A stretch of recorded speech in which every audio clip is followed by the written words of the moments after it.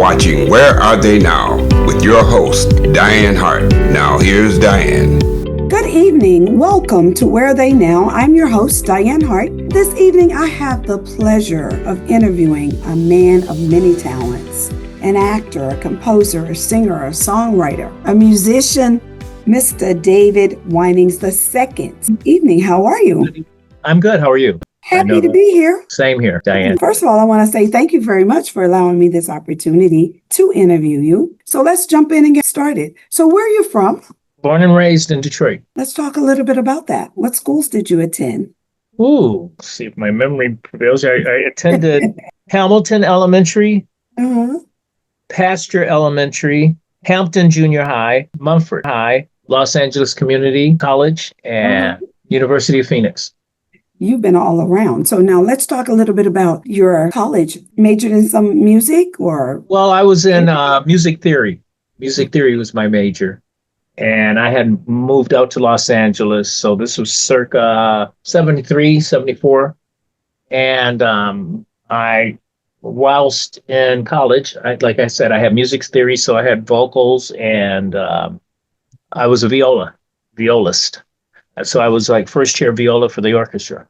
Oh, okay. So how old were you when you started in music? 4 or 5, I think. I can't remember back that far. You come from a musical family, am I correct? Yes, very musical family. Who all plays? Who all plays? Or plays? Well, I think everybody in the family plays piano. Because we had one at the house. So, but a couple of us played violin while we were in high school. Myself, I think Ronald played, and maybe Marvin. And that's all I can think of right now. How about your parents? Did either one of them play? Oh, well, they both played. My mom played piano, yes, and sing. And my dad sings, and he played saxophone and guitar, little guitar, very little guitar. But that's where I got it from. So now, if you started playing when you were 4, when do you think was the first time you played professionally or before a crowd of people? Or were you playing before a crowd of 4? Yeah, we played at church. So there was always a crowd at church. So I'd say probably 7, 8 years old. I don't think I did anything. Have we formed a group when I was 5? No. That would be around the 8, 9, 10 years where we formed the quartet, the Winans, under my father's jurisdiction. So did you all travel around the city or? Yeah, we traveled around the city. We did basically church convocations. We'd go to Bishop Bailey's church, who had the Clark sisters. And then we'd go over to, we were all from Mack Avenue, which is Zion Congregational Church of God in Christ, which was founded by my great-grandfather. So, yes, and plus we went out of town. We'd go to like Chicago and Harrisburg, Pennsylvania for convocations and church programs, and we'd perform there. So, yeah. So when was the first time you think you got a paycheck for doing it, or were you all getting paid? No, we weren't getting paid. We were slave labor back then. So when did you think you got your first paycheck? That didn't happen until the teens, and in my teens, I believe. I played guitar for a jazz blues singer, Belita Woods. Oh, yeah. Yes. I played with her for a few, and that would have been my first professional, quote, paycheck. But it wasn't a check, it was cash. Back then, they weren't using paper checks. No, they were using, but they weren't paying musicians with paper checks. You usually had to pay a paper check to the union or something back then. Okay. But yeah, Belita Woods would have been my first professional payment. So let's talk a little bit about who were some of your influencers. I'm sure your parents were, but outside of family, who else played a part in influencing your life? My life musically? Well, outside of who was the gospel? Well, like I said, at the beginning, we were basically quartets. So I was influenced by, the Mighty Clouds of Joy, the Violinaires, Dixie Hummingbirds, And the Five Blind Boys from Name a State. Mississippi. I said name a state. There's five blind boys in about 5 or 6 states. So that I was influenced classically by Mozart and Beethoven, the masters on that stuff, and Stravinsky. And then I was influenced by a lot of rock people. So the Beatles were an influence on me. Yes was an influence. King Crimson, Genesis, The Gentle Giant, and I can go on and on about that in the rock realm. So you had a lot of people to influence your music. Yes. And you take a little bit, I take a little bit from everyone. Also, a very heavy influence on me was my cousin, Beverly Glenn. She had a concert chorale, and she was a phenomenal organist. It was between her and Twinkie, I think Beverly wins. Okay. So do you write your own music? Yes, I do. I've been writing my own music since I was 15, 16. Tell me, when do you think you are the most creative? Is there a particular time of the day? For me, it's when I'm driving. I tend to, my wheels turn best for me. But when do you think you're the most creative? Probably when I'm asleep. A lot of stuff happens in your sleep and you try to remember what happens. But basically, it depends on the situation. I could be or the atmosphere. If I'm at a gathering and something peeps out, or if someone says something, different quotes, books, it just depends on, you can never call it. Right. I don't think. Yeah. So there's not exactly a specific time or date. It just happens like stream of consciousness, stream of living. Do you go to bed with a recorder next to the bed? Or your phone? No, I tried that. It didn't work? No. You either roll over and push the button, or something happens, or you fall asleep. And So do you write for others? Not really. Have I written with people in mind? Yes. Okay. Sometimes I visualize a vocalist that I'd like to do something. I wrote a song, but basically I write my own stuff and I'll send it out to different people. Or if I think someone that's not in my ilk can record it, I'll try and send it in that way. And I rarely collaborate. Let's talk a little bit about that. Well, when I had a band in Los Angeles in the early 80s called Xairia. It was a progressive rock band. And my bass player, his name was Clarence Malone. Veach was his nickname. We collaborated on a whole lot of stuff. And I wrote a rock opera called The Adventures of Danny X. Duggins. So that was like a conceptual album, but never got really recorded correctly. Because back then, I don't know if a lot of people know this, when you're paying for your own studio time, it's kind of hard. And especially if you're paying for rehearsals and stuff like that. So unless you come from a bunch of money to spend like that, you try and record your songs best as possible to get them out there.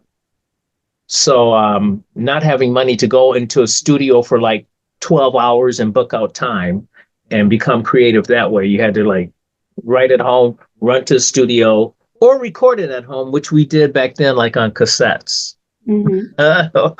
Or reel-to-reel tape. Before you got to the studio, use the big tape. But now we're in an age where there is no tape, right? Everything's basically digital. So we're in a digital age now, and back then it was analog. So, yeah, that's how that went. Is there somebody in particular that you have performed with or that you've opened up for? Well, yeah, my group before Xairia, I had a group called Damon Wisp, and we had left Detroit. Basically, my players or the band members were from here in Grosse Pointe. And we went to Los Angeles. And we ended up with a production company who put on a concert in Tempe, Arizona at Arizona State. And we opened up for Marvin Gaye. Oh, my favorite. Yes. So it was Marvin Gaye. And who else was on that? I think a group called Malo, they had Santana's brother was in that group. And a guy named Kenny Rankin, who was a folk artist back in the day. We'll call this all back in the day. Okay. And we opened for them at Tempe, Arizona State. So that was a big stage and big concert, outdoor concert. So that was very exciting. Have I opened up for anyone else? Yeah, I've opened up for a few people. My band Xairia, we opened up for a group called Berlin at the Troubadour, the famous Troubadour in Los Angeles. Now, you probably don't know who Berlin is. No. Berlin ended up getting a song on the movie. I want to say anyway, the name of the song was Take My Breath Away. You know the song. What movie was that in? Trying to remember. I didn't know that was a group called Berlin that actually did that song. Yes, they opened up for me. Oh. In Los Angeles, yeah, at the Troubadour. Yeah. Berlin's area. I remember, what's her name? Virginia or Vanessa? She was the lead singer for Berlin. So that's how that went. So let me ask you this. Have you traveled a lot around the world or? Well, I traveled before we did our family tour. So I had gone on my own to get out of Detroit because everything here was Motown. And like I said, I worked at Cobo Hall, so I was an usher, and I met a lot of the British rockers that came into town. So they requested I come to London, to England. So got a flight and went to Paris and London, and I thought I was going to live there, but I came back to Detroit. Thus, then when I got back here, there was nothing happening, and I moved my way to Los Angeles, where I spent a good deal of time. Now, when we came up with the family tour, the Winans family tour, which had all of us in it, we did the States first, and then we went overseas. So out of that, my favorite, we played God Bless Us, that we played at Royal Albert Hall in London, which was a major venue. And I think another good show we did was at The Hague in the Netherlands. And then back here, we did the Greek Theater in Los Angeles and a host of others. Well, here, I think we did the Fox. We did all the Fox theaters too. Oh, yeah. Yeah, we did Detroit Fox, St. Louis Fox, Atlanta Fox. You've been busy. Yeah, we were kind of busy. Which was a good thing, right? Yeah, it was a good thing. Yeah. Good thing. I'm trying to get busy again. I know, that's right. So let me ask you this. Do you have any new music coming out? Yes. Hopefully by mid-26. There should be another Pie album coming out. Okay. Well, what we're going to do is we're going to take a break and we're going to play a song that you wrote. When we come back, I'll ask you a little bit about the song and where did it come from. Okay. Okay, you got it. We're going to take a break and we're going to listen to Thank You for Saving Me. Hi, this is Dianne Hart. Be sure to catch my shows, The Opening Statement, as we interview politicians and special guests on Wednesdays at 7 p.m. on the Lit TV network on Roku. Also, watch Where Are They Now as I interview entertainers of yesterday and today on Detroit Hot TV at 7:30 p.m. on Facebook. Thank you.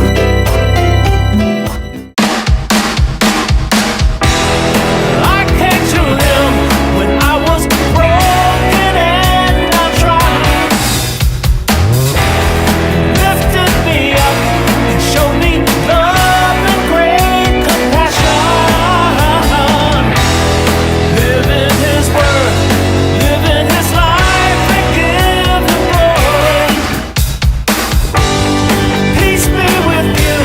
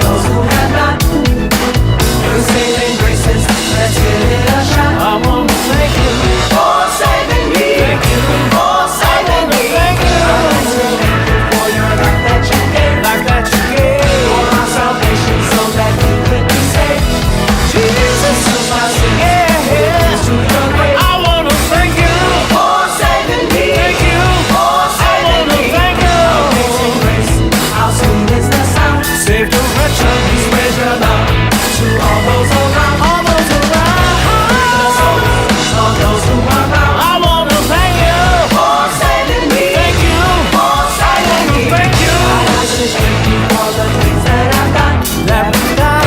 Present love to those who have not. The saving grace that's given a shot. I wanna thank you for saving me. Thank you for saving me. Thank you. I'd like to thank you for your life that you gave. Life that you gave. For our salvation so that we could be saved. You took our sins. To your grave. I wanna thank you for saving me. Thank you for saving me. Thank you for saving me. Thank you for saving me. Thank you for saving me. Thank you for saving me. Thank you for saving me. For saving me. I'd like to thank you for the things that I've got. These are my prayers and love to those who have not. Down on my knees. With saving graces, let's give it a shot. I wanna thank you for saving me. Thank you for saving me. Thank you. I'd like to thank you for the life that you gave. Life that you gave. For our salvation so that we could be saved. So we be saved. You took our sins with you to your grave. I wanna thank you. You are watching Where Are They Now with your host, Dianne Hart. Now here's Dianne. Welcome back. I'm your host, Dianne Hart. This evening, I have the awesome pleasure of interviewing Mr. David Winans II. So let's talk a little bit about the song. It's a bad song. Awesome song. Where'd that song come from? Well, Thank You for Saving Me came from, I had that in my head for a while, and it took about a good year to finalize how I wanted to do it. So again, I'm coming from the rock side of things. And it's kind of a hard driving song, but I had to put that gospel harmony in it too. So that's where the background came from. And it's actually a story about how you give your life to God and thank him for getting you through a whole lot of stuff that shouldn't have happened or that you thought shouldn't have happened, and being in his arms at the end of through it, as he sees you through all the perils that come about in life. So that's why I say thank you for saving me. Absolutely. An awesome song. An awesome song. But Thank you. Are most of your songs things that you've encountered yourself? Or we talked a little bit about that sometimes you hear somebody say something, but do you write a lot of songs based on your own life and things that maybe you have been through too? Well, yes. That brings me back to the rock opera I was talking about earlier called The Adventures of Danny X. Duggins. That was sort of a parallel to my life's travels and journeys. And each song depicts certain times throughout the span of that journey. So, yes, that does happen. Also happens to write things when you hear about the political climate. Sometimes world concerns come into writing songs. So, yeah. Do you have one of those songs, though, that came about as a result of what we're facing politically or have faced politically? Yes, I have a song called Next Move, which was done by Xairia back in the day. And that has to do with the political climate, which is amazing because it totally fits now. It so totally fits now. But I'm sure when I wrote it, there was some political climate going on there. And I believe that during the 80s, that would have had to be during the time of around Reagan's time. So we had the Sandinistas going on that front. And I think the other thing was the economics of the world at the time, because Reaganomics came into play. Right. Yeah. Right. Yeah. So yes, you're right. Politics, world, and life. That's what music's all about. Music is the healing. I consider musicians doctors, because whatever ails you, we got the remedy. We have a song for it. Everyone has a song for it. Yes, you all do. That's for sure. That's for sure. Let's talk a little bit about what is it like to have been in this journey a long time, and what nuggets would you drop for these young people who seem to think they know everything already about the industry and singing, playing, and traveling, and how do they take care of their business? Let's just talk a little bit about where you've been and what you can teach some of these young folk. Well, I think A lot of that has to do with the age now. Everything, like I stated earlier, is gone digital. When I'm from an analog age, and when I say that, I mean we had tape, and we used to have to go out and find our sound. If you played guitar, you had to go test out a bunch of amplifiers to get the tone you wanted, the sound you wanted. And right now, you can go buy any amp or guitar and sound like you've been playing for years because you didn't, we had to do research. We had to match this amp with this speaker. We had to find drummers that had drums, real drums. And then we practiced. Most people my age, all we did was rehearse to refine our craft. And we went to different genres to listen to different genres of music so we could also hone our original styles. Right. Today, my words today is still, you got to do the groundwork, the root work, practice, find your own voice, and be aware of who's around you, because your next door neighbor might be a player and you could collaborate with that person. But you have to get off the social media stuff and stay off your phones and dedicate your time to honing your craft. Right. So when you think of how it used to be with the radio.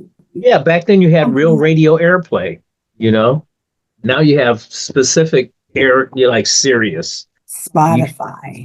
All these other folk. Spotify, all these platforms, I believe, is killing the music business because no one puts out albums. Like you can go, remember you used to go to the record store? Yep. I do have a lot of vinyl that I have had forever. Because you were collecting them. Right. And you collected them. Why? Why did you collect them? Because favorite music. And the music and the artwork. And the artwork on it. Yep. And the credits. To find out who was on the record, where it was done, and any liner notes and the lyrics that came along with it. Are there very many vinyls anywhere? I've been noticing, though, I keep noticing on various sites that they are trying to come back. Yeah, there's a resurgence. There's a resurgence, but guess what? Most of the population got rid of their record players. I have one. You still have one. Well, good for you. Now, where would you go buy a needle at this time? No, that's a hadn't quite thought about that. Yeah. Where would I get a needle? But I'm sure you can find it, but it's going to be a hard search. Well, you know that they're now making a lot of record players. In fact, that's yes, they are. Talking about it. They're making these little. They're making these little like suitcase. Right. Which is great. I wish vinyl would come back fully, but I'm not sure because of all these digital platforms.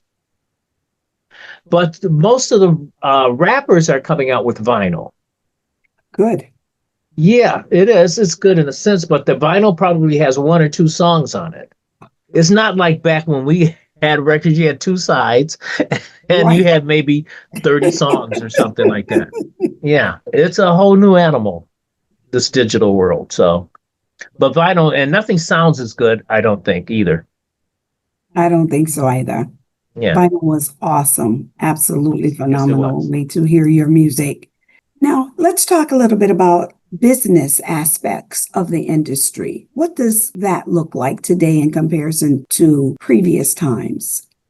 Well, previous times there were actually nothing around that could guide you through that process. You had to learn that on your own, which meant going to the library, doing a lot of extensive reading. Mm-hmm. But I'm working with a company now called Musix out of Detroit, MUSIX, for the 6 genres of music. And what they do is go into the schools and give you a lecture and tell you how to copyright your music. We also tell you the other side of not being the artist, like the audio sound systems, how to produce, how to take various types of music, like I said before, to hone into your own style.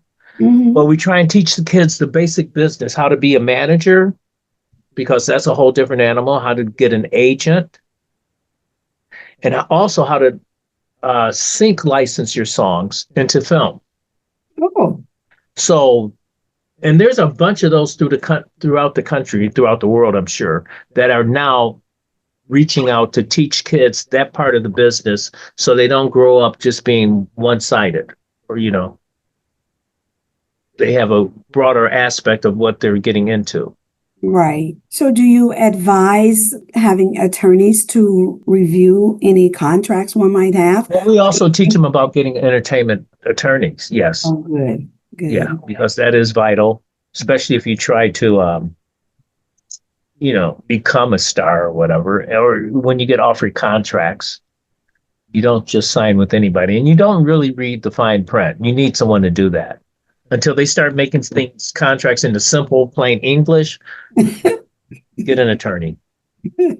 Just say you need somebody with some eyes to watch what you're about to sign. Eyes, yeah, it's the knowledge of what you're signing, because you could, any contract, if you read the contract to your phone, you wouldn't understand what the heck was going on. Your phone contract, because there's fine print, and you missed that fine print, which you'll probably gloss over because it's either really too small to read, or you really don't know what it's stating because it's in legal speak. Right. Yeah. Right. So it's really important for these young people to understand the need for somebody else to be able to review your contract for you. I've interviewed a couple of people and they say things like, well, you can basically go out on the internet and Google the contract. Yeah, you can now. I think personally, you really need some legal eyes. Well, you can Google that. Look for you some too. Right. You can go ahead and Google that contract out and print it, but take it to an attorney and go over it. Now, that's what I think. Yes, that's what you should do. Yeah. I would think that would certainly be the best thing. Well, we're going to take a second break, and this time we're going to listen to another song that you wrote. Oh, my goodness. I like the fact that you're writing all of your own music, so we get to play your music. Yeah, thank you. Real Sir. Real Sir. Looking forward to it. So we're going to take a break, and we will be right back.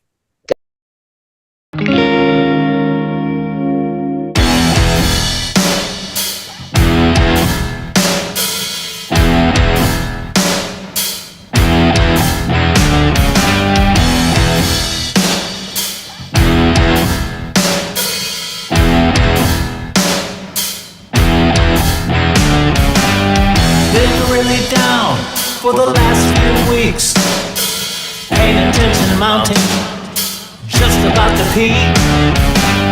So I guess it's time for me to get away. Take a long vacation, ask my double if he'll stay.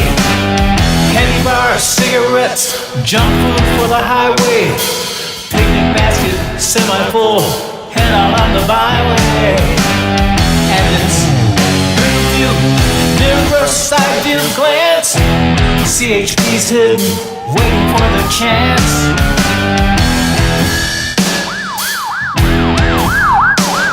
Waiting for destination real sir, 60 some odd miles for sure. Litter down the beachhead, just the kind of scene I dread. But I'll adjust like I do when I'm at home. With no deposits, no returns, catch me on the phone. Neighbors screaming, doggies weaning, timing foreign cars. Kids playing, Masons laying, moonbeams in a jar. And I'll just pack up all my complaints and rush them out the door. Plan a heavy tab, real sir.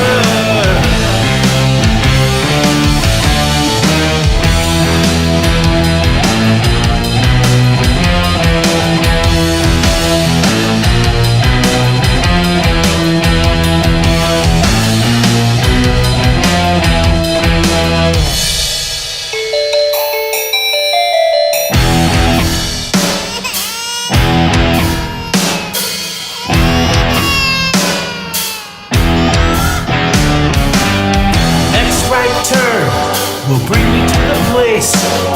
Surface haven, heavy laden, damsel on the spur. Porters meet me at the door and slips me the key. Your room is clean and waiting, sir. You're at 10:03. The smell of very stale perfume enhances the outer door, while a crowd of out-of-towners drop their names across the floor. And I'm so involved, like real sir's a mystery.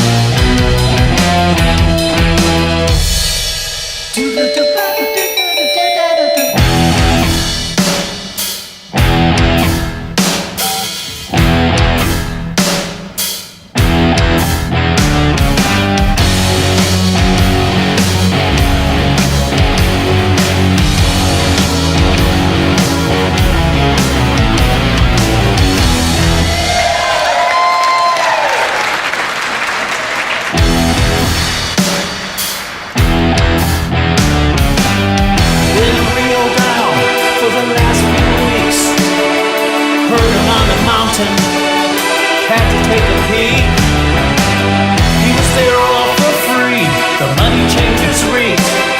The show had ended long before the seekers saw their scene. They were screaming, doggies weaning, timing for the cars. Kids playing, masons laying, moonbeams in a jar. And I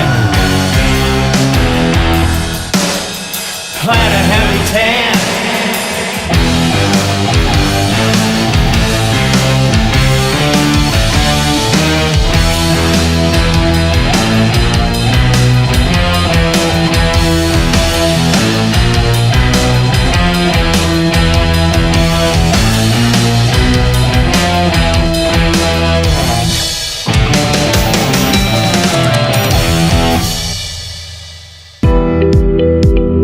You are watching Where Are They Now with your host, Dianne Hart. Now here's Dianne. Welcome back to Where Are They Now? I'm your host, Dianne Hart, and this evening I have with me in the studio Mr. David Winans II.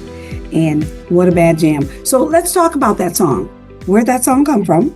Rio Sir, I wrote, and the story behind Rio Sir. Well, you know the story of Jesus, the Sermon on the Mount. Mm-hmm.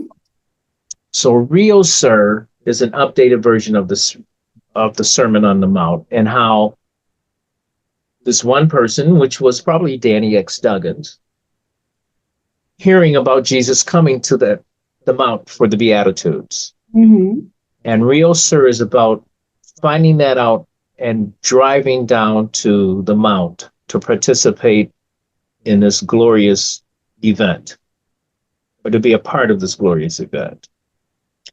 And the song talks about leaving home, driving down there, and how the trip wasn't that scenic because there was a lot of debris along the way to the beach to get to the Mount, and how the money changers were there to profit off Jesus appearing at the Mount, which is sort of still stuff that happens today, which is amazing because the Bible does say there's nothing new under the sun.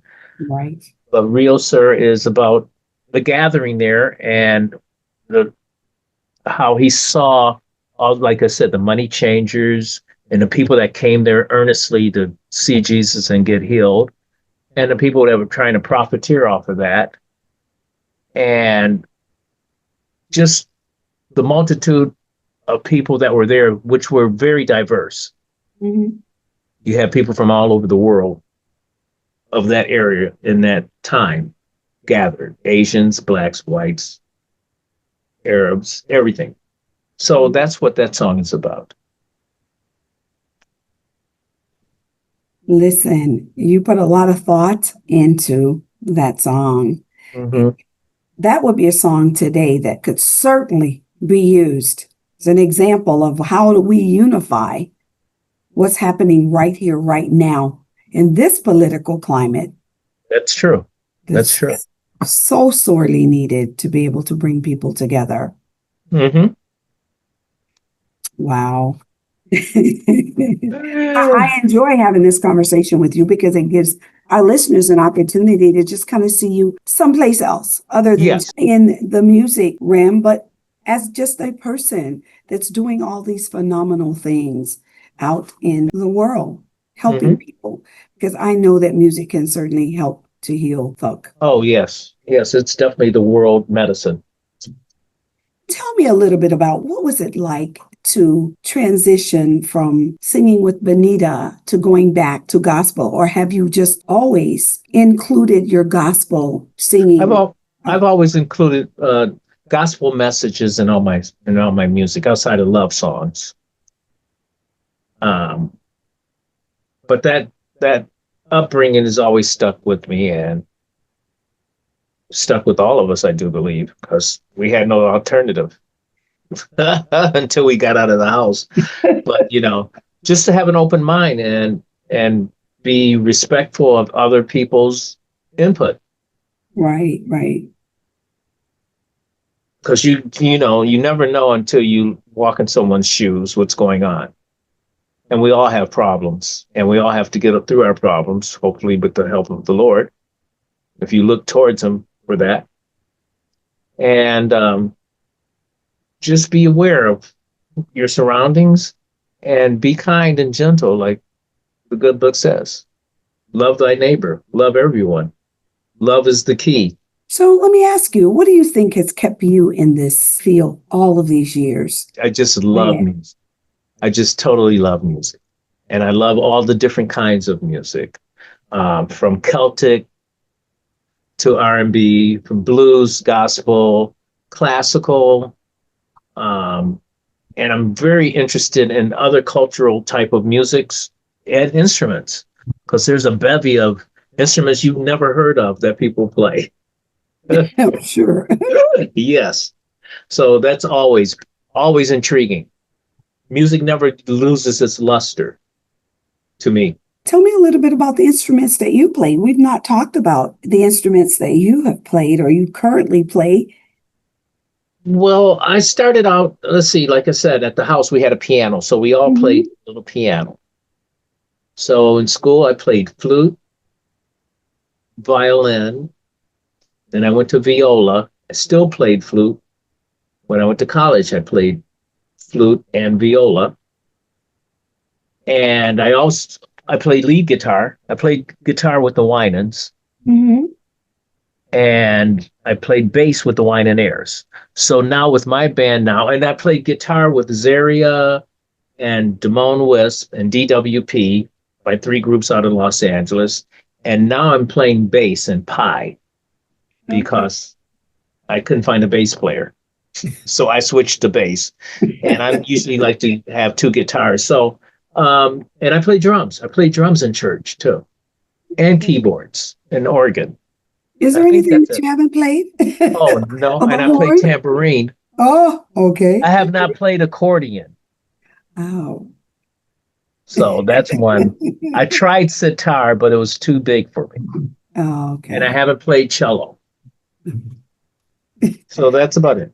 Now, not many that you haven't played. That's for sure. I see a guitar behind you. Is that a bass? Yeah, that's a bass. That's my 5-string. I have a 5 and a 4, and I have a Stratocaster over there, lead guitar, and an acoustic Yamaha. So do you do any recording at home? I do some of my pre-production at home. I have a little keyboard setup here. Oh, okay. All right. And then you're able to, you go into the studio to mix, or can you mix at home? Yes, I have a little digital recording process here. If I get big, you do a lot. I like to go to a full-on studio. I'm still in that. What's happened here? Something popped up on my screen. It's gone. Okay. I don't see it. I know. Good. Have you sang any Southern Soul at all? Any what? Southern Soul. What does that mean? Southern Soul. Southern Soul. It's a mixture between being R&B and a little bit of blues. It's something that it's a new sound that's really taking over. You heard Well, who plays Southern? Who King plays Southern? King George. I don't know who that is. Okay. DJ Trucker. There are a lot of new Southern soul singers that are coming out on the scene from Detroit right now. There's a singer. Her name is Lady K. She's Lady K. Yep. Lady K. Would Champagne fall under Southern soul? Some of Champagne songs would probably fall under Southern soul as well. Really? She sings a lot of other people's songs, more so than her own. Yeah. She plays a lot. She sings a blues lot of covers. other people. Right. Let me ask you this. Are you ever at Bert's? Yeah. I usually go down there with Martha. Oh, okay. Martha Reeves? Yeah. Okay. I interviewed the bass guitar. What's his name? Oh. He's there. Ralph Armstrong. Ralph Armstrong. Ralph. Yes. Yeah. Oh, well, I've known Ralph since high school. Ralph used to be in a group called All Rights Reserved. His guitar player was a guy named Michael Nance, and Michael's sister was drum. She was one of the first female drummers that I've ever seen or knew of. And Ralph had got out of, I think Ralph went to King or Eastern or Cass Tech. Cass, right. Yeah. He went to Cass. And I remember vividly, this is one of my things on the journey, because as you know, a lot of musicians out there playing are from Detroit. Right. That people pick up. Yes. So Ralph ended up playing in one of my favorite bands, John McLaughlin's Mahavishnu Orchestra. And I was on my way to see Mahavishnu Orchestra at Coble, and I was hitchhiking that day. Remember when we used to hitchhike? Yeah, you better not today, but yes, I do. No, you better not today. So I was hitchhiking to Coble Hall, and I got picked up by two gentlemen, and they asked, where you going? I said, downtown to Coble Hall. He said, oh, yeah, where are you going? I said, well, I'm going to see a concert. A friend of mine had just joined this group. I said, who's your friend? I said, Ralph Armstrong. He said, oh, we know Ralph. Matter of fact, we're playing the gig, and they were two trumpet players. So we get down there, and they're on stage with Mahavishnu Orchestra, and that was Ralph's first thing. I think that was, what was the name of that album? Ralph's first, The Emerald Beyond, something like that. So yeah, that's I always remind Ralph of that whenever I see him. I said, dude, I hitchhiked with these two guys, they knew you. And that was a great thing to see somebody, knowing someone like that went that way. But Ray Parker was one. Right. Also. Let's see, there was Fernando Sanders. Do you know who Fernando is? I don't know Fernando. I think Fernando went to Northwestern. I'm not sure. But Fernando got picked up by Jeff Beck, who was a guitarist, if you don't know that. And let's see, there's another one, Dianne Estes, who did some Motown stuff, but Dianne ended up playing with Wham, George Michael's band. Let's see, who else? There's a lot of other people. A bunch. There are so many people out of Detroit. Yeah. I interviewed Ray Parker. Yeah. How about Arnell Carmichael? I interviewed Arnell. Yes, Arnell Carmichael. I have done about 40. Maybe I've done more than 40. You've probably done more than 40. One a week for 52 weeks. So that would give me 52 of them, right? 52. Well, I can't even remember. I have to go back and literally look at your catalog. Right. To remember. Besides being on Where Are They Now, I also have a show in Tampa, Florida. It's called The Opening Statement. So I'm going to play your show on both. Both mediums? Now, yes. Okay. And then in Tampa on the opening statement that I do on Roku. Oh, okay. Great. Yeah. I'm excited. I've been chasing you around for months now? Yeah, I know. Finally caught you, right? Yes, you did. And right before I got on, I had to go to Kroger's. And there was a line, of course, that would happen. I'm looking at my watch going, oh my God, I got to get back for Dianne. No, and I was saying that's why I was calling just to kind of check in so that if you Mhm. were running a little behind, it was perfectly fine. No, I like to be prompt on I time or do early. too. I Yes. do too. That Yeah, would be me. Unlike these young people, correct. They have don't no, care if they're ever on time. no, not at all. They have no conception of it. No, they don't. No, they That's, don't. They that's really why don't. youth is wasted on the young. You think? Boy, just think if we had the youth right now. We'd be on time. Yeah, for For sure. sure. There's no Yeah. question about it. There's no question about it. So what else would you like to tell my listening Well, audience? I'd like to get Pi down there to Florida. Hopefully, after I'm still looking for an agent and manager that I Okay. would like trust things to. I need to go back out on the road at least for another year or a year and a half. Uh-huh. And then I think I'm just going to settle into producing after that. Okay. Nothing's wrong with that. I'm sick of airport too. I know. I'm flying constantly. I feel your pain. I Yeah. feel your pain. I'm always out there all of the time. And Yeah. I'm so tired sometimes from all the flying. But I get to meet all kinds of interesting. I really, really, really do. Are you getting ready to play somewhere in Detroit anytime in the near future? You got any shows planned that we might want to tell people about? Or Well, okay, I have an upcoming thing where it's myself and my keyboardist, Mark Speck, who has a group called Sweet Crystal. Mark Speck, he spells his name with a Q, Marq. So we call him Q. The only other Q I knew at that time was Quincy Jones. Yep. Q and I have a thing called QT Pie, where it's the both of us and two of us on keyboards, and I play bass and vocals. And we have a show coming up in December. I have Pi in March next year on Pi Day, 3/14 at the Caju Cafe, which is in Detroit. Okay. Other than that, I'm in the studio. I'll have to interview you again before then so we can make sure that people know where you're Sure. going to be. And You need to show up at the show. exactly when you get your December dates, because I will be coming through Detroit in December. Please feel free to send it to me so I can get it up on my. Okay, I will do that for sure. As a matter of fact, I'll send you another song that you might like. Okay. You can also send some of your music to T Pablo so that he can play it on Detroit Hot Radio. Okay, who's T Pablo? They call him T Pablo. He owns the Detroit Hot Radio station. Does he wear a straw hat? That's him. Yes. I saw him at the Black Music Awards when it was outdoors. That's right. We're on the water. On the water. Yeah. I was there. Yeah, you were there. I was there. I was actually They gave David one of the Ruffin's people daughter. presenting. They gave David Ruffin's daughter an award. Right. Yeah. Yeah. Yeah. I was there. Yeah. So yes, he owns Detroit Hot Radio.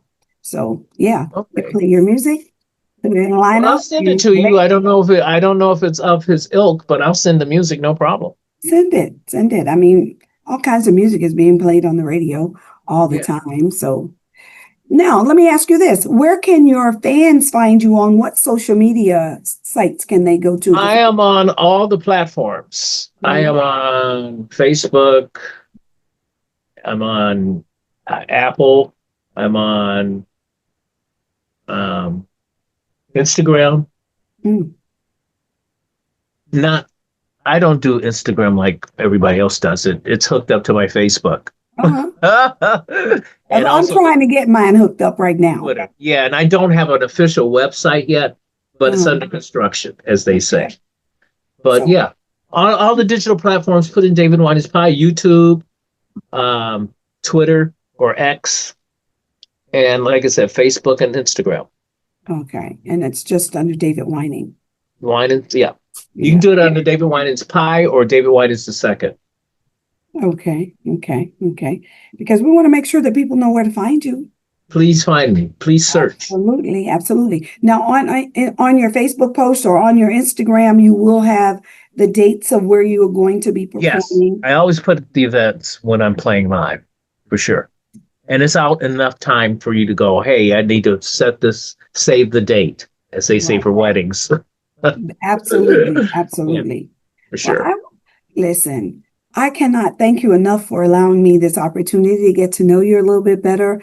I am so looking forward to seeing your mom again. She was so sweet. Oh, I will tell her, Diane. I will tell her. Make sure you do. I'm going to send you the picture so you can show it to her. Okay, I will do that. Yeah, absolutely. Well, you can find me every Wednesday night on The Opening Statement. I am on Roku on the Lit TV network at 7 o'clock. Mm-hmm. Right here out of the city of Tampa, except now I'm in Tallahassee this evening. Thornetta's down there right now. Thornetta is here? You know, she told me she was coming. Yeah. I'm going to call her. I've interviewed Thornetta. Yes, a couple of times I've done Thornetta. I'm going to call her. She told me she was coming to Florida. And but she promised to call me when she got here so I could show up at the show. But I'm going to give her a call. Thank you for reminding me that Thornetta is here because she told me she was coming. Yeah, I just talked to Phil Hill last night, and I thought he was here. I was going to go to Woodbridge to see him. He said, "No, we're in Florida." I said, "Oh, okay, there you go." I will certainly do that. You'll be able to catch my show from Detroit on Where Are They Now. I'm going to be playing on all of the social medias. I'll be on Facebook. I'll be on Instagram. I will be on YouTube. So all the shows are going to be aired on all of the stations. Okay, great, cool. Social medias. So you'll be able to catch me there. That's every Thursday night at 7:30. I'm on live on the various networks. Also, please, if you ever have an opportunity, go out to my YouTube page. It is at Dianne Hart 2126, and just gonna see some of the shows that I've been doing. Is that your age options? 21, 26? That's right. Not a day past 26, right? You can also go to my regular Facebook page, which is just Dianne Hart, and see some of the things that I'm doing politically. And okay, well, after this, we'll be in touch more often. Yeah, let's do that. Happy to have had you this evening. My pleasure. It was a pleasure. We'll do much more later on. All right. Okay. That's a bet. Thank you. You're welcome. I'll talk to you soon. Thank you. Bye-bye.